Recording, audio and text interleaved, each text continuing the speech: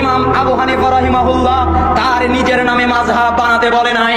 ইমাম আবু হানিফা রাহিমাহুল্লাহ বলছেন, ইযা সাহাল হাদিস ফাহুয়া মাযহাবি, যখন সহিহ হাদিস পেয়ে যাবে তখন হচ্ছে ওটা আমি ইমাম আবু হানিফার মাযহাব। ইমাম আবু হানিফার মাযহাবে কোনো জাল হাদিস নাই, ইমাম আবু হানিফার মাযহাবে যঈফ হাদিস নাই। যেই হাদিস সহিহ ওটা হচ্ছে ইমাম আবু হানিফার মাযহাব। হিদায়া ইমাম আবু হানিফার মাযহাব নয়, দিরায়া ইমাম আবু হানিফার মাযহাব নয়, ফতোয়ায়ে আলমগীরি ইমাম আবু হানিফার মাযহাব নয়, ফতোয়ায়ে শামী ইমাম আবু হানিফার মাযহাব নয়।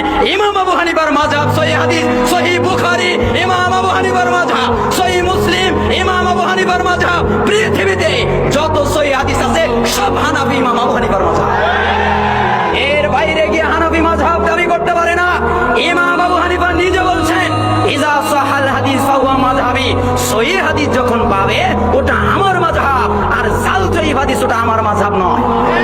এবার যদি আপনারা বলেন আমরা ইমাম আবু হানিফাকেই মানি, তাহলে জাল হাদিস মানতে পারবেন না।